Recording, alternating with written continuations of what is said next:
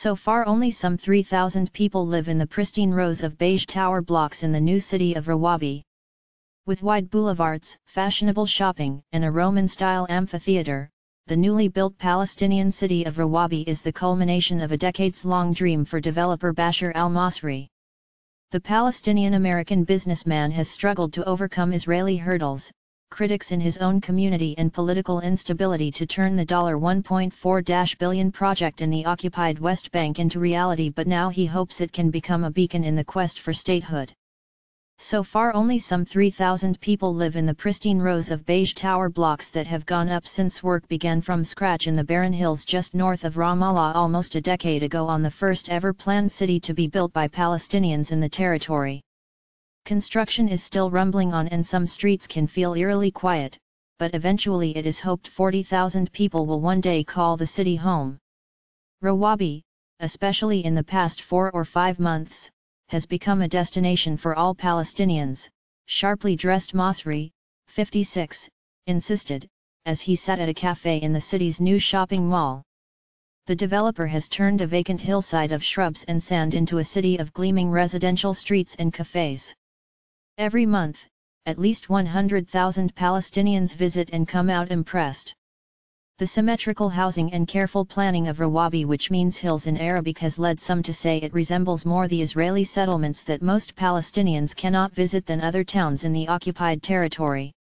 It boasts an extreme sports center and 15,000-seater amphitheatre hung with giant pictures of Arab and Western entertainment stars, while a cinema and winery are set to be built.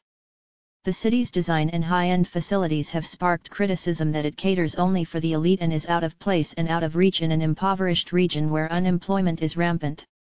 But Masri insists there is demand and says the Palestinians themselves will determine if his project will succeed. I do not know who decides what the Palestinians want. Is it the occupation? The world? We decide for ourselves what we want, and not all of us want the same thing, he insisted. The Palestinians deserve a better life. We should not be oppressed because we live under occupation. Everything is available. The high-end facilities, including a 15,000-seater amphitheatre, have sparked criticism that it caters only for the elite and is out of reach to many. For the Palestinians flocking to catch a glimpse, the city is meant to offer another vision for life in their troubled territories.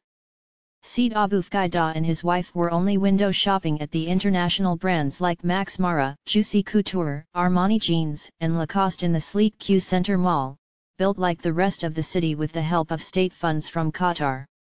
While many shops still remain to be filled some 6 months after the shopping complex opened, he was impressed by facilities that you can't find elsewhere in the West Bank. Everything is available here in one place. There are clothes, toys, he said. In Ramallah, you would need to visit several places to find what you are looking for.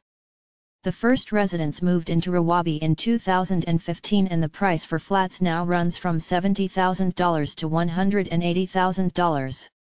The Rawabi project includes homes for at least 25,000, and possibly up to 40,000, residents.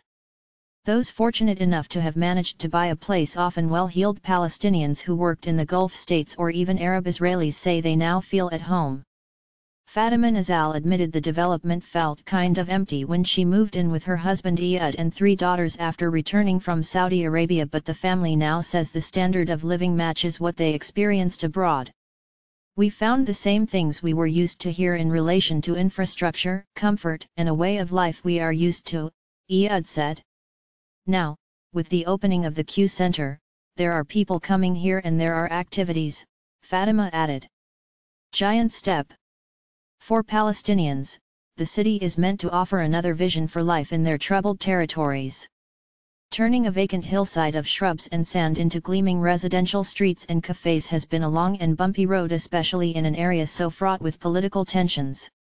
Those behind Rawabi say the Israeli authorities took years just to approve one access road and stalled for a long time on connecting the development to the main water supplies, nearly scuppering the entire project.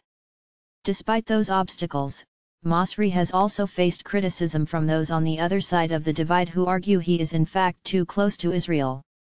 The boycott, divestment, and sanctions movement have claimed in the past that Masri uses dealings with Israeli political and business elite as a means to advance personal interests and profit-making at the expense of Palestinian rights.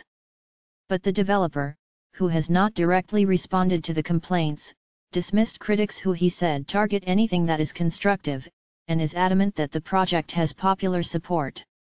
And even if he cannot guarantee it will make money, Masri is convinced that constructing cities like Rawabi will help bolster the Palestinians as they seek to create their own country.